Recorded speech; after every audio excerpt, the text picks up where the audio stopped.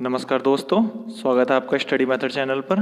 आज हम देखेंगे जो प्रवक्ता परीक्षा हुई है 2016 की, ये हुई है आपकी 1 फरवरी 2019 को। ठीक है, इसका पेपर कंडक्ट हुआ है 2019 को जो कराया आयोग ने, इसलिए ये बहुत इंपॉर्टेंट हो जाती है आपके नेक्स्ट एग्जामों के लिए। देखिए, एक तो ये अभी हुई है लेटेस्ट 2019 में। ठीक है, आप जितने भी टीचर के एग्ज़ाम देंगे, जो भी आप टीचर के एग्ज़ाम देंगे, उनके लिए तो ये बहुत इंपॉर्टेंट है ही, जितने भी इसमें क्वेश्चन आए हुए हैं। इसके अलावा एक चीज़ ध्यान रखिएगा, आप जो अब देंगे ना, अब जो 2020-21 में होंगे पेपर, बीईओ का हो या आरओ वाला 2016 वाला हो या यूपीपीसीएस 2020 वाला हो। ठीक है, ये 3 एग्ज़ाम जो आप देंगे, इसमें कम से कम इन तीनों एग्ज़ामों में पर्टिकुलर बता देता हूँ मैं, हिस्ट्री से कम 20 से 25 क्वेश्चन आते हैं। ठीक है, ये आते ही आते हैं हिस्ट्री से इतने क्वेश्चन। ठीक है, आपके तीनों हिस्ट्री से। तो आपको मैं इसमें 100% कह रहा हूँ, आप इन्हें जो पेपर हुए हैं, ये इतिहास का मैं कराऊंगा पूरा, इसे आप अच्छे से सोल्व कर लीजिए। ठीक है, और इससे आपको कम से कम 7 से 8 या 10 क्वेश्चन तक, 10 क्वेश्चन तक आपको एग्जैक्ट यही क्वेश्चन मिलेंगे। ठीक है, या तो डायरेक्ट रूप में या इनडायरेक्ट रूप में, पर आपको अच्छे से पढ़ना पड़ेगा जिस तरह से मैं डिस्क्राइब करके पढ़ाऊंगा। ठीक है, उसके अलावा एक इसमें 2 ही पेपर जो इसके होते हैं, जैसे 1 फरवरी 2019 के हुए हैं, आपको देखने हैं टीचर के प्रवक्ता के, एक तो इतिहास का पूरा और एक आपका ज्योग्राफी का। ठीक है, ये 2 ऐसे इंपॉर्टेंट सब्जेक्ट हैं, इनसे आपके जब आप पढ़ के जाएंगे तो कम से कम 15 से 20 क्वेश्चन आपको डायरेक्ट मिलेंगे। ठीक है, यूपीपीसीएस में, बीईओ में, या कोई टीचर का एग्जाम देंगे। ठीक है, हम पहले से इसे सोल्व कराते आ रहे हैं, सीरीज इससे पूर्व भी हमारी प्ले लिस्ट में पड़ी हुई है, और ये देख लीजिए, इससे जो है हम पूरा घटना चक्र से सोल्व करेंगे। ठीक है, ये घटना चक्र से पूरा का पूरा पेपर सोल्व होगा। ठीक है, चलिए शुरू करते हैं।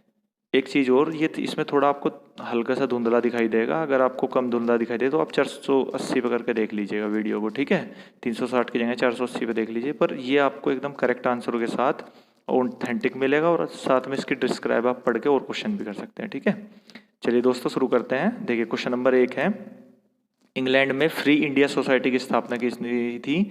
सही आंसर हो जाएगा इसमें आपका सी, भीकाजी कामा। ये एक नया क्वेश्चन है, पहली बार आया है। ठीक है, एक चीज़ ध्यान रखनी, जो फ्री इंडिया सोसाइटी, इससे जो भी क्वेश्चन आए, अगर ऑप्शन में वीडी सावरकर रहे, ठीक है, वीडी सावरकर अगर रहते हैं ऑप्शन में, तो सही आंसर होगा वो।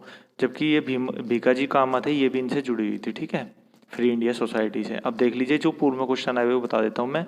जो भीकाजी कामा है, इससे आपको एक चीज़ याद रखनी कि इन्होंने 1907 में जर्मनी के, ठीक है, जर्मनी के स्टुटगार्ट में झंडा फहराया था पहली बार बात का। ठीक है, ये काफ़ी इंपॉर्टेंट है, इसमें ईयर भी पूछा जाता है, और जर्मनी का स्टुटगार्ट, ये दोनों क्वेश्चन आए हुए हैं। ठीक है, और भीकाजी कामा को भारतीय क्रांतिकारियों की माता भी कहा जाता है। ठीक है, क्रांतिकारियों की माता के नाम से भीकाजी कामा को संबोधित किया जाता है।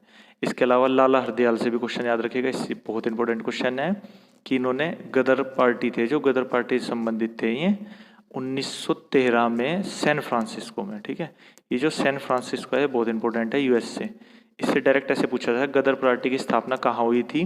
तो ऑप्शन होगा लंदन, सैन फ्रांसिस्को, पेरिस, इस तरह ना। तो सही आंसर होगा सैन फ्रांसिस्को, और 1913, इसका ईयर भी याद रखना है। ठीक है, ये जितने क्वेश्चन इससे आए हुए मैंने बता दिए। आगे देखते हैं क्वेश्चन नंबर 2, दिल्ली का प्रथम सुल्तान जिसने दरबार में गैर इस्लामिक प्रथाओं का प्रचलन किया था? सही आंसर है आपका सी, आपको पता है बलबंदा, जो उसने सिजदा, पैबोस और नौरोज, ठीक है, ये 3 तरह के एक प्रचलन किया था जो स्टार्ट हुए थे। ये आपके ये गैर इस्लामिक प्रथाएं थे कुछ इसमें जो स्टार्ट हुई थी, तो सही आंसर है इसका बलबन। ठीक है, क्वेश्चन नंबर 3 देखिए, जो इसमें पूछा हुआ है, चोल शासक प्रबल अनुयायी थे? सही आंसर हो जाएगा आपका ए, शैव धर्म के। ठीक है, देखिए, आप इससे भी याद रख सकते हैं ऐसे क्वेश्चनों को, जैसे चोल शासक का पूछा हुआ है, तो आपको पता है जो नटराज की मूर्ति मिली है वो चोल शासक में मिली है, दक्षिण भारत से ही। और दूसरा आपने देखा होगा, जो फेमस मंदिर है, बृहदेश्वर का मंदिर है, ठीक है, तंजौर में, वो शिव को समर्पित है। तो ये जितने भी थे, ये चोल शासक अधिकतर जो थे वो शैव धर्म को प्रचलन था। ठीक है, उनके जो राजकाज था, राजपाट था, उसमें शैव धर्म का अनुयायी भी इसी के ही थे, शैव धर्म के। ठीक है, इसके अलावा एक दो चीज़ और याद रखिएगा, जो शैव धर्म से, इसे चोल से संबंधित है, इनका एक ये याद रखिएगा, उत्तर उत्तर मैरूर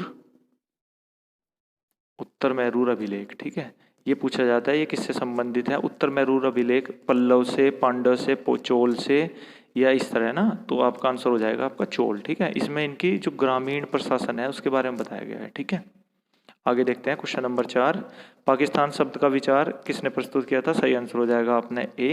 देखिए, जो पाकिस्तान का विचार था सबसे पहले इकबाल ने, एक अपना इन्होंने संबोधन में इस तरह का विचार रखा था, तो ये मोहम्मद इकबाल हो जाएगा। अब जो इकबाल से क्वेश्चन आते हैं, 2 क्वेश्चन आते हैं जो पूछे हुए हैं, मैं आपको बता देता हूँ। एक तो जो आपने सुना होगा गाना या कविता कह लीजिए, सारे जहां से अच्छा हिंदुस्तान हमारा, ठीक है। ये किसने, इसकी रचना किसने की है, तो आपका मोहम्मद इकबाल। और एक आपने जो इनकलाब जिंदाबाद का भगत सिंह जी ने नारा जो प्रचलित किया था, तो कभी पूछे इनकलाब किससे संबंधित है, तो इनकलाब से ये भी संबंधित थे, मोहम्मद इकबाल, ठीक है। उसके अलावा एक क्वेश्चन याद रखिएगा, ये तो पाकिस्तान का विचार पूछा है। एक क्वेश्चन आता है कि पाकिस्तान शब्द किसने दिया है, ठीक है। ये बहुत इंपॉर्टेंट क्वेश्चन है। इसका सही आंसर हो जाएगा चौधरी रहमत अली, ठीक है। इसके क्वेश्चन में अगर वो रहमत अली दे तो कन्फ्यूज ना हो, वो चौधरी लगा देता है, ठीक है। इससे थोड़ा कन्फ्यूजन हो जाता है, लोग अक्सर जिन्ना या इकबाल इन्हें लगा देते हैं। तो याद रखिएगा आप, चौधरी रहमत अली थे, इन्होंने दिया था पाकिस्तान शब्द, ठीक है। ये बहुत इंपॉर्टेंट है क्वेश्चन। इनका वो एक आया था नाउ और नेवर, उसमें बताया था, ठीक है। ये इससे सारे क्वेश्चन हमने देख लिए। आगे देखिए क्वेश्चन नंबर 5, दरबार के नवरत्नों का संबंध किससे है, तो सही आंसर हो जाएगा आपका ए, चंद्रगुप्त द्वितीय थे, इसके दरबार में 9 नवरत्न थे। ये देखिए कालिदास, धन्वंतरी, वाहर मीर, अमर सिंह, छपनक, शंकु, बेताल भट्ट, घटपर और वरुची, ठीक है। ये काफ़ी इंपॉर्टेंट है, देख लीजिएगा, 9 के 9 ये थे। मैं आपको जैसे इसमें नवरत्नों से पूछा हुआ है, 4 के शासकों के नाम बताऊंगा आपको, ये चारों याद रखें। देखिए एक तो आ गया आपका चंद्रगुप्त द्वितीय नवरत्न, आगे कभी क्वेश्चन आएगा, कभी गलत नहीं होगा। एक तो इसके संबंधित है, एक आपको याद रखना अकबर, अकबर के में नवरत्न थे, जैसे आपका बीरबल, तानसेन, ठीक है, अब्दुल्ला खान खाना, इस तरह के। 1 2 शासक। आपका तीसरा शासक है, आपको याद रखना है, जो आपके थे कृष्णदेव राय, ठीक है, कृष्णदेव राय। इनके दरबार में थे अष्टदिग्गज, आपके इनके दरबार में थे अष्टदिग्गज, ठीक है, नोट डाउन कर लीजिएगा। और चौथा नाम है इसमें, एक और याद रखना आपको, शिवाजी। इनके दरबार में थे आपके अष्टप्रधान। अब कभी भी इस तरह का क्वेश्चन आएगा, देखिए मैं डिस्क्राइब करके आपको इसलिए बताता हूँ कि जिससे कभी इस तरह का क्वेश्चन आ जाए, आगे से आएगा तो आप कभी गलत नहीं करेंगे, ठीक है। नवरत्नों से आपको अब 4 नाम याद रखने हैं, चंद्रगुप्त द्वितीय, आपका एक हो गया अकबर, एक हो गया आपका कृष्णदेव राय, और एक हो गया आपका शिवाजी, ठीक है। शिवाजी के में अष्टप्रधान थे, कृष्णदेव राय के में अष्टदिग्गज थे, इसके में नवरत्न थे, और चंद्रगुप्त थे, 4 शासक हो गए, ठीक है। चलिए आगे देखते हैं क्वेश्चन नंबर 6, गुप्त काल में सार्थवाह कहा जाता था। तो सार्थवाह जो प्रयोग होता था, वो व्यापारिकों का जो काफिला होता था या कारवा था, उनके प्रमुख को कहा जाता था, ठीक है। एक श्रेष्ठी शब्द भी पूछा जाता है, ठीक है, वो भी आपका व्यापार से ही संबंधित था। आगे देखते हैं नेक्स्ट क्वेश्चन नंबर 7, देखिए, गुप्तकालीन ब्राह्मी अभिलेख में युक्त जैन प्रतिमा निम्नलिखित में से कहाँ से प्राप्त हुई है, सही आंसर हो जाएगा इसका आपका ए, दुर्जनपुर। अगर दुर्जनपुर कभी ऑप्शन में नहीं होगा तो विदिशा हो जाएगा, ठीक है, विदिशा में ही पड़ता है दुर्जनपुर। आगे देखिए क्वेश्चन नंबर 8, चोल के समय उर की कार्यकारिणी कहलाती थी, ठीक है, सही आंसर हो जाएगा आपका डी, आलूंगन। देखिए अगर आप दक्षिण भारत पढ़ेंगे तो आपको चोल को आप पूरा डिस्क्राइब के साथ पढ़िएगा, ठीक है। इससे क्वेश्चन आता है, अभी हमने पहले भी देखा था क्वेश्चन, अभी पूछा हुआ था इससे पूर्व, ठीक है, जो शैव धर्म से संबंधित ये क्वेश्चन आया हुआ था। अभी क्वेश्चन नंबर 4 5 था, अब क्वेश्चन नंबर 8 में फिर चोल आ गए हैं। तो इसे ध्यान रखिएगा, जो उर थी, उर उसके प्रमुख को कहा जाता है आलूंगन, और ये सभा होती थी, महासभा होती थी, नगरम होती थी, ठीक है। एक चीज और इसमें ध्यान रखिएगा, जो जैसे ये उर होगी ना, जो साधारण ग्रामवासी थे उनकी सभा थी, और जो इनका एक तरह से वरीयम, इसे याद रखिएगा, एक तरह से आप प्रधान कह लीजिए, जो वर्तमान में अभी प्रधान होते हैं ना ग्राम में, तो प्रधान जो उस टाइम पे थे वो वरीयम थे, इससे आपको याद रहेगा, ठीक है। तो इनके जो उर के कार्यकारिणी के प्रमुख होते थे या प्रशासन देखते थे वो वरीयम थे, एक तरह से आज के प्रधान के टाइप, ठीक है, इतना याद रखिए। और एक मैंने अभी आपको बताया, जो उर सभा या लुंगन सबका उल्लेख मिलता है उत्तर मैरूर अभिलेख, ये बहुत इंपॉर्टेंट है, इसे ध्यान रखिएगा। इससे पहले जो प्रवक्ता का पेपर हुआ था उसमें क्वेश्चन आया था ये, कि चोल का किससे संबंधित कहाँ मिलता है अभिलेख में, तो उत्तर मैरूर में। क्वेश्चन नंबर 9 देखिए, निम्नलिखित में से कौन महावीर जैन के शिष्य के रूप में संबंधित है, सही आंसर हो जाएगा आपका ए, मखली घोषाल, ठीक है। अब देखिए इससे क्वेश्चन कैसे आते हैं, अभी तो इसने पूछ लिया कि आपको नया क्वेश्चन लगा होगा कि जैन के शिष्य के रूप में ना, तो आपके महावीर जैन के, तो मखली घोषाल हो गया। मैं बता देता हूँ आपको, महावीर जैन थे जो उनके शिष्य थे, ये पहले मखली घोषाल, इन्होंने अलग होकर आजीवक संप्रदाय की स्थापना की थी, ठीक है, आजीवक संप्रदाय। ये आजीवक संप्रदाय जो इनका थॉट था वो इस बात पर आधारित था कि जैसे जो पहले से जो भी होता है हमारा भाग्य में पहले से ही लिखा होता है, एक तरह से नियतिवाद ना, ठीक है। तो इससे मैं आपको आज सारे क्वेश्चन बता दूंगा। कभी भी मखली गोशाल या आजीवक संप्रदाय से आएगा क्वेश्चन तो आप गलत नहीं करेंगे। एक तो ये आजीवक संप्रदाय के संस्थापक भी बहुत बार पूछा जाता है, तो कौन हो जाएंगे आपके मखली गोशाल, और ये पहले जैन धर्म में संबंधित थे, उसके बाद ये उनसे अलग होके आपके इन्होंने अलग ही ये स्थापना कर ली थी। ठीक है।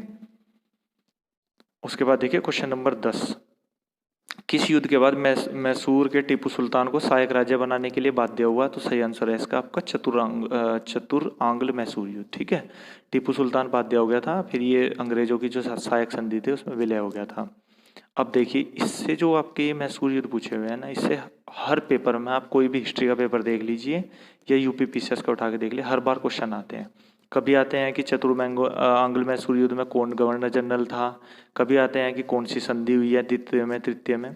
तो मैं आपको क्लियर कर दूंगा आज के बाद, कभी भूलेंगे। देखिए पहले तो प्रथम द्वितीय और तृतीय 3 और 4 हुए हैं युद्ध। ठीक है। तो आपको पहले 3 याद रखिए। एक याद कर लीजिए आप MMS, मोबाइल से MMS बनता है ना। ठीक है। तो M पहले छोटा आएगा, ठीक है, मद्रास आ गया है।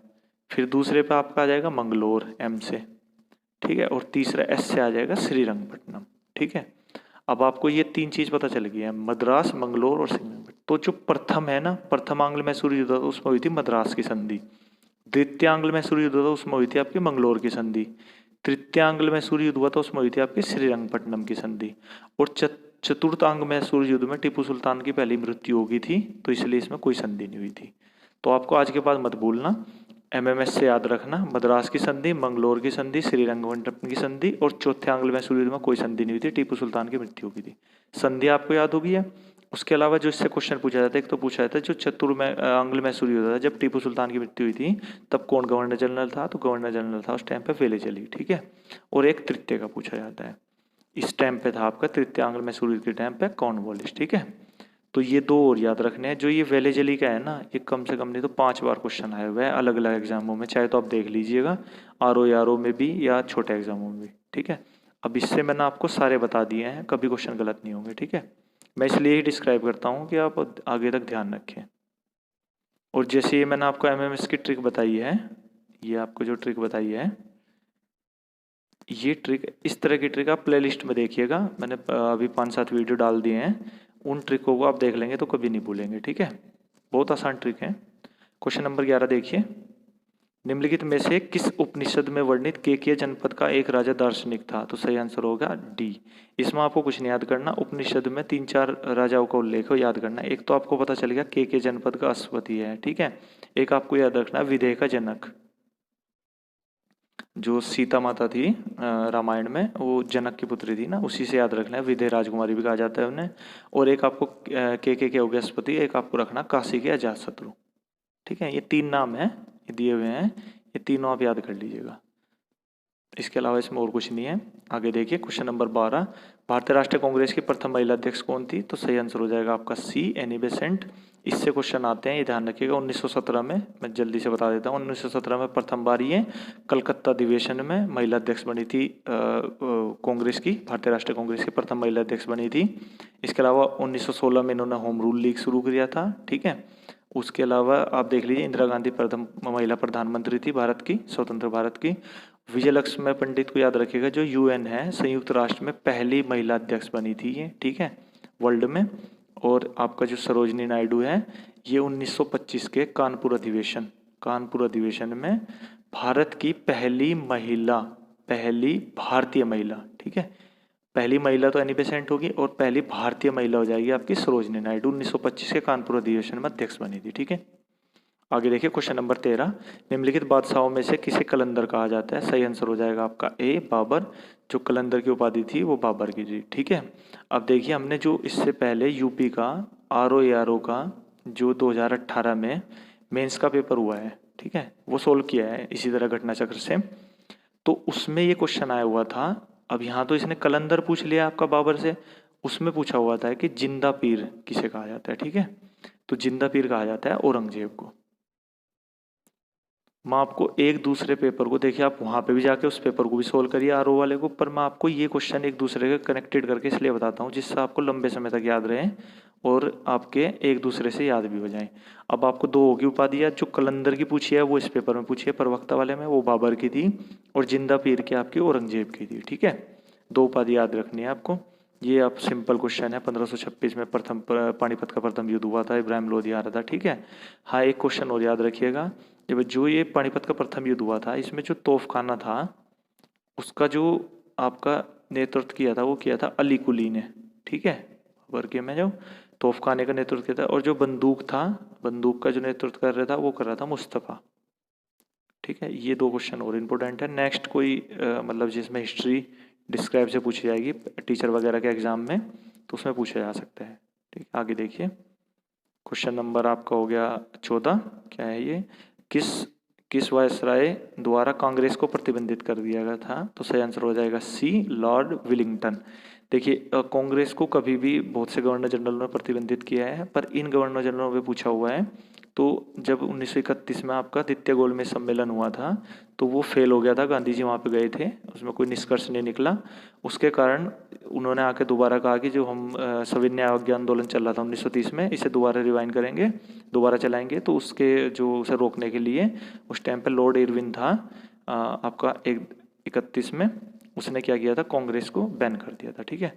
अब एक चीज़ इससे मिसगाइड इसलिए मत हो जाइएगा, देखिए ये कांग्रेस का द्वितीय सम्मेलन आपका 1921 में हुआ था, कांग्रेस का नहीं, द्वितीय गोलमेज सम्मेलन, ठीक है। और 5 मार्च 1931 को ये आपका गांधी इरविन समझौता हुआ था, ठीक है।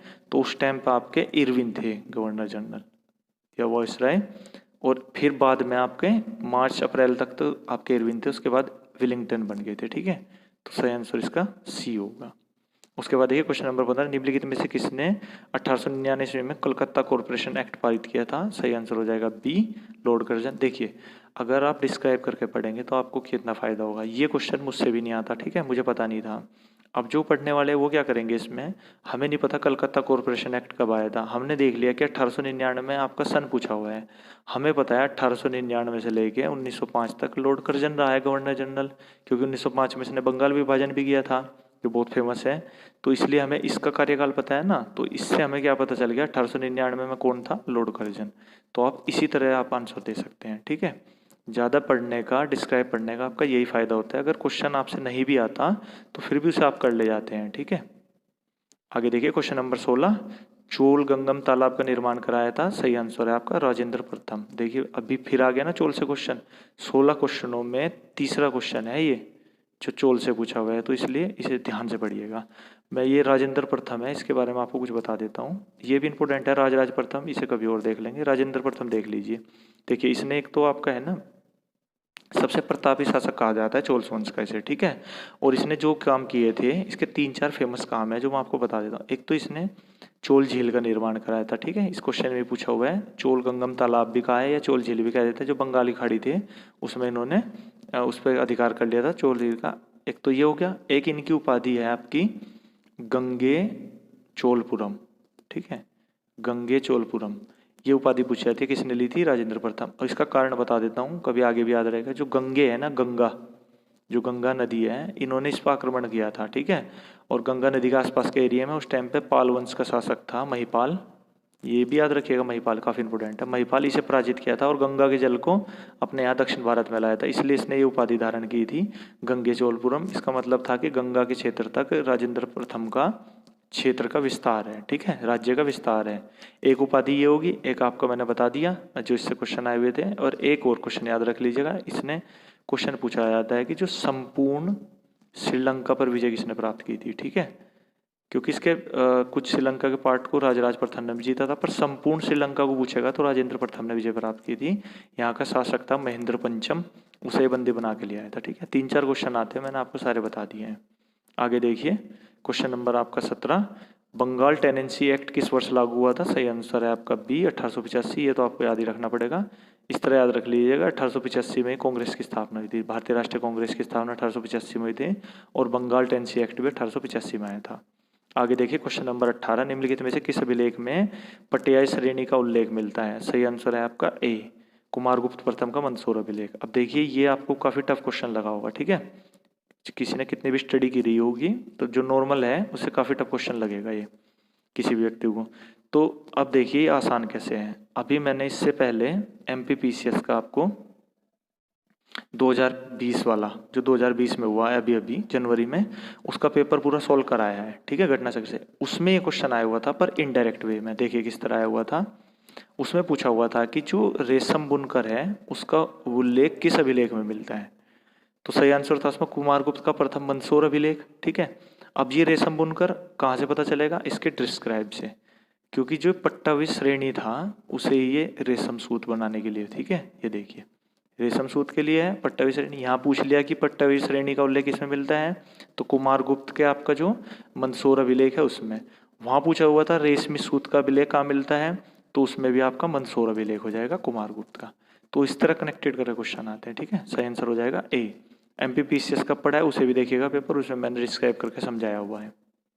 आगे देखिए क्वेश्चन नंबर 19, वैदिक साहित्य में सभा और समिति के किस देवता की दो पुत्रियां कहा गया है। सही आंसर है आपका सी। आपको पता है, सीधा सीधा याद रखना है। ये भी क्वेश्चन आता है अथर्ववेद में, जो अथर्ववेद में कहा गया कि प्रजापुत्र सभा और समिति प्रजापति की दो पुत्रियां हैं, ठीक है। किसमें कहा गया, अथर्ववेद में। ये याद रखना है, ठीक है। तीनों क्वेश्चन हो जाएंगे, प्रजापति भी हो गया, सभा और समिति को कहा गया पुत्री अथर्ववेद में। इसके अलावा एक क्वेश्चन और याद रखिएगा, इसमें भी दिया हुआ है, यहाँ पे मैं बता देता हूँ। ये अथर्ववेद में ना, इससे क्वेश्चन पूछता जाता है। UPPCS का पेपर हुआ था इससे पहले, वो उसमें पूछा हुआ था जो अथर्ववेद है, अथर्ववेद उसमें किन दो राज्यों का उल्लेख मिलता है, ठीक है। कंबाइंड करके आंसर थे, तो उसमें मगध व अंग का मिलता है, ठीक है। ये दो याद रखिएगा, मगध और अंग। ये काफी इंपॉर्टेंट है, जिस तरह ये क्वेश्चन था इंपॉर्टेंट, इसी तरह ये इंपॉर्टेंट है, ठीक है। और एक अथर्ववेद से क्वेश्चन आता है कि ब्राह्मण पूछे जाते हैं, गोपथ ब्राह्मण किससे संबंधित है।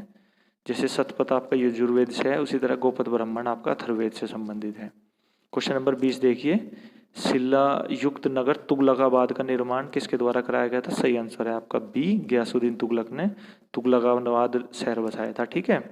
और इसी से मुझे याद आ गया तुगलकनामा, तुगलकनामा बुक पूछी हुई है। इससे पहले हमने आरओ का पेपर सोल्व किया था, उसमें तुगलकनामा बुक किसने लिखी है, तो अमीर खुसरो ने, ठीक है। ये भी क्वेश्चन काफी इंपॉर्टेंट है, इसे याद रखिएगा। तुगलकाबाद से मुझे याद है। देखिए जब मैं पढ़ाता रहता हूँ तो मुझे जो क्वेश्चन मैंने पढ़े हुए हैं वो मुझे याद आ जाते हैं, मैं यहाँ पे बता देता हूँ, और वो इंपॉर्टेंट होते हैं। अब इसे नोट डाउन जरूर करिए, ठीक है। और इसे पढ़िए। इस पेपर के बाद हम जियोग्राफी का भी देखेंगे, प्रवक्ता का जो 2019 में पेपर हुआ है।